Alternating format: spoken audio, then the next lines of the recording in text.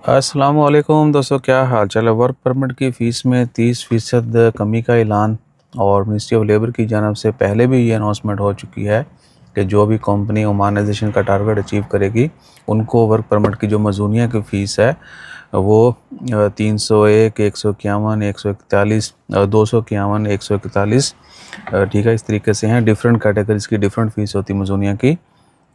तो उसमें मज़ीद जो है 30% का ऐलान किया गया है और वो सिर्फ उन कंपनीज़ को मिलेगा जो ओमानाइजेशन टारगेट को अचीव करेंगी।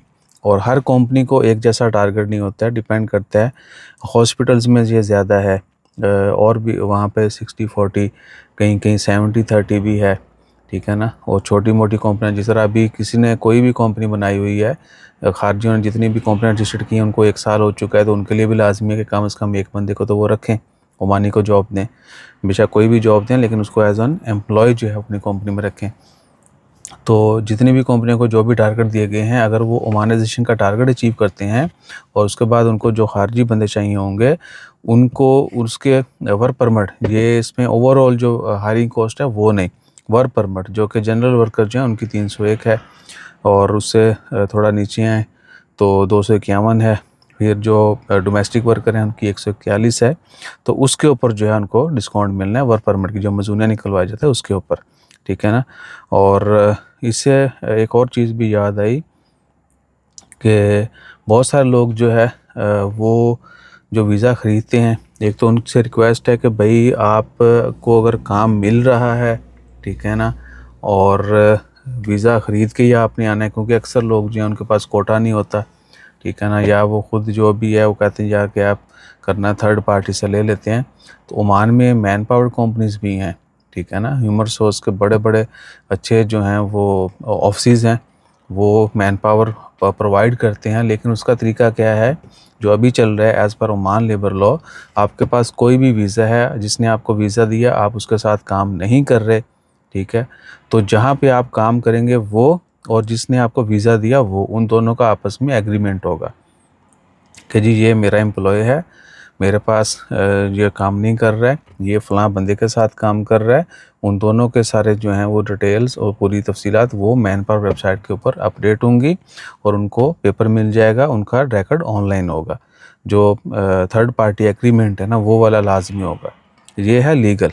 वीज़ा आपने कहीं से लिया, काम कहीं कर रहे हैं, लेकिन दोनों पार्टी आपस में एग्रीमेंट करेंगी, उनका ऑनर रिकॉर्ड मौजूद होगा तो आप लीगल हैं। अदरवाइज़ क्या है कि फिर भाई धक्के हैं और फ्यूचर में जो है इसके ऊपर हो सकता है 100% इस चीज़ को ख़त्म ही कर दिया जाए, क्योंकि जितनी स्पीड से और जितनी बेहतरी से ओमान गवर्नमेंट इसके ऊपर एक्शन ले रही है, ये आज़ाद वीज़ा वाला कॉन्सेप्ट जो है बहुत जल्द दफन हो जाएगा।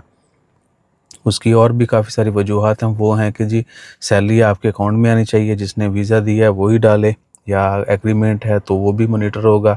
और उसके बाद सैलरी ना देने पर टैक्सेस हैं, जुर्माने हैं, सॉरी, और डिले करने पर भी जुर्माने हैं। बाकी जो आपकी डील होती है स्पॉन्सर की एम्प्लॉय के साथ जो है वो सारी भी ऑनलाइन होनी चाहिए, मैन पावर के ऊपर एग्रीमेंट अपलोडेड होना चाहिए।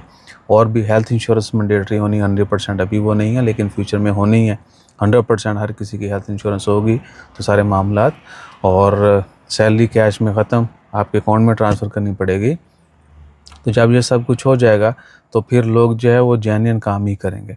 बहुत बड़ी लोकल्स की तादाद भी शामिल है वीज़ा बेचने में और हम लोग भी पीछे नहीं हटते। इसलिए आपको पता है पाकिस्तानियों के वीज़ा बैन के ऊपर जो मसले मसाइल चल रहे हैं, हर कोई अपना अपना ही दे रहा है नुक्ता नज़र, लेकिन कोई ये नहीं बता रहा है कि हमने कितना तंबाकू कर दिया है।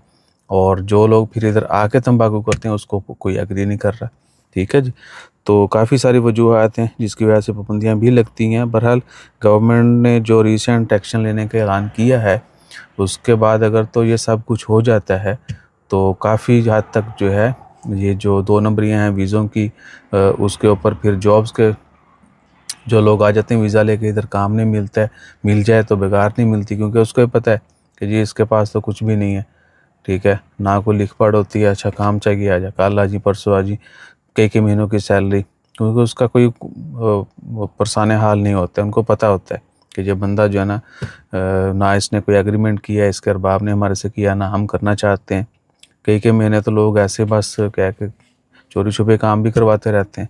पकड़े जाने पर जो है फिर मसला होता है, फिर वही बंदा जाके शिकायत करता है तो गवर्नमेंट को अलग से परेशानी होती है कि भैन हूँ सारा कुछ एविडेंस तो लेके आओ ना, कहाँ से शुरू करे क्या करे। तो ये सारे मसाइल इस तरह के ख़त्म करने, सैलरियों के इतने मसाइल हैं आपकी सोच है, ठीक है, छुट्टियों के इतने मसाइल हैं, डॉक्यूमेंट्स एक दूसरे का रख के जो है ब्लैकमेल किया जाता है, वो इतने मसाइल। तो वो सब को ओवरकम करने के लिए नए कानून जो है वो इम्प्लीमेंट किए जा रहे हैं, ताकि आवाम जो है वो सीधे रास्ते पे आए और सीधे रास्ते चले, ताकि उनको किसी किस्म की कोई परेशानी ना हो, और सिस्टम को भी इसके बाद जो है परेशानियाँ उसकी कम हो जाएंगी। तो अपना ख्याल रखिएगा, दुआ में याद रखिएगा। जैसे कि मज़ीद अपडेट्स आती हैं वो भी शेयर करेंगे। जज़ाकल्लाह, अल्लाह हाफ़िज़।